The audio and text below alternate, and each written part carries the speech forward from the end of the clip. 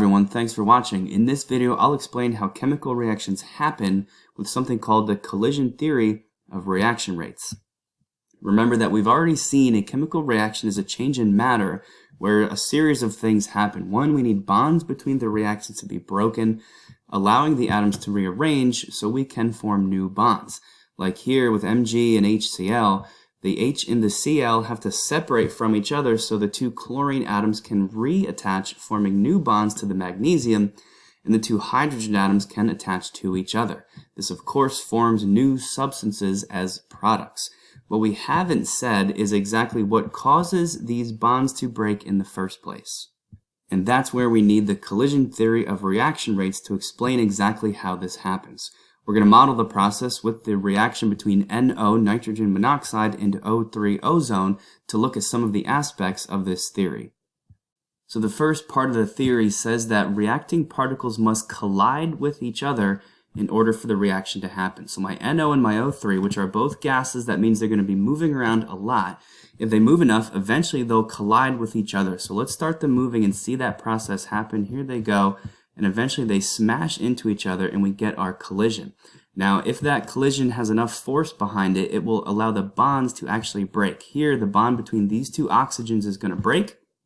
That oxygen atom snaps off, reattaches to the nitrogen atom.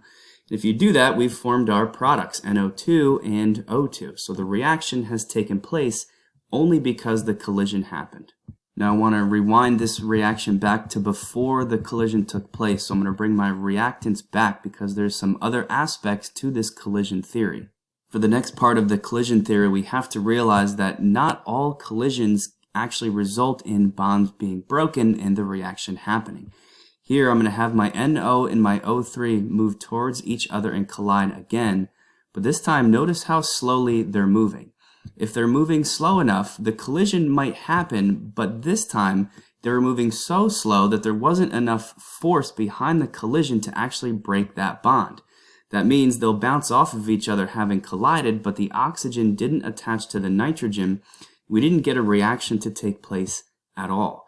The second part of the collision theory factors this in and says that particles must not only collide with each other, but they must collide with enough energy to actually start the breaking of bonds and the forming of bonds.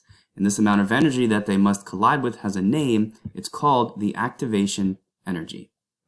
For the last part of collision theory, we've got to realize that not all collisions, even if they have the correct amount of activation energy, will result in bonds being broken and the reaction happening. To see how this works, I'm going to put two different versions of this collision between the reactants side by side with each other. So let's bring those molecules towards each other. Here they are moving, and here the collision happens, but notice the way that they collide.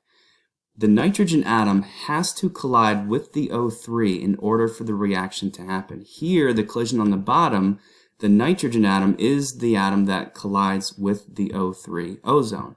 Up here, the collision happens, but not with the nitrogen. Here, the molecule has twisted around differently so that it's the oxygen colliding with the O3.